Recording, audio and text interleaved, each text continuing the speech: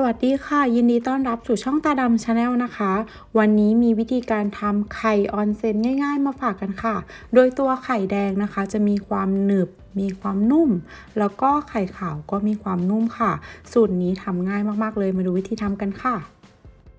ต้นเราจะต้มน้ำนะคะให้เดือดค่ะแล้วเราจะเตรียมน้ำอุณหภูมิปกตินะคะ1 ใน 4ส่วนของน้ำที่เราต้มไปค่ะพอน้ำเดือดเสร็จเราก็ใส่น้ำอุณหภูมิปกติลงไปนะคะแล้วก็ทำการคนผสมให้เข้ากัน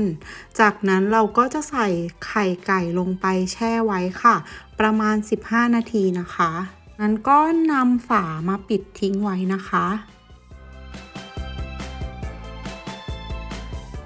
ซึ่งไข่ออนเซ็นเนี่ยก็มีที่มาจากญี่ปุ่นนะคะโดยการที่นำไข่ไปต้มในน้ำพุร้อนที่เรียกว่าออนเซ็นให้เขาสุกช้าๆก็จะใช้วิธีการนี้เช่นเดียวกันค่ะไข่เขาจะเริ่มสุกแล้วก็ตัวไข่แดงเนี่ยจะเนื้อนุ่มแบบพุดดิ้งส่วนไข่ขาวก็ยังมีลักษณะเป็นวุ้นอยู่ค่ะ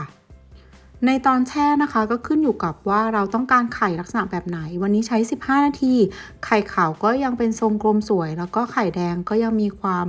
ไหลอยู่นะคะแต่ถ้าใครชอบให้เขามีความคงรูปมากขึ้นก็ทิ้งไว้ที่20 นาทีค่ะไข่แดงตรงกลางก็จะเป็นยางมะตูมค่ะ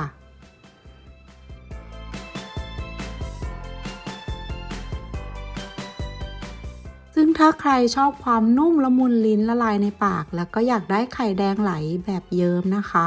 เพื่อคลุกเขาให้เข้ากับข้าวร้อนๆหรือว่าขนมปังเนี่ยแนะนำให้ใช้ที่15 นาทีเหมือนวันนี้ค่ะ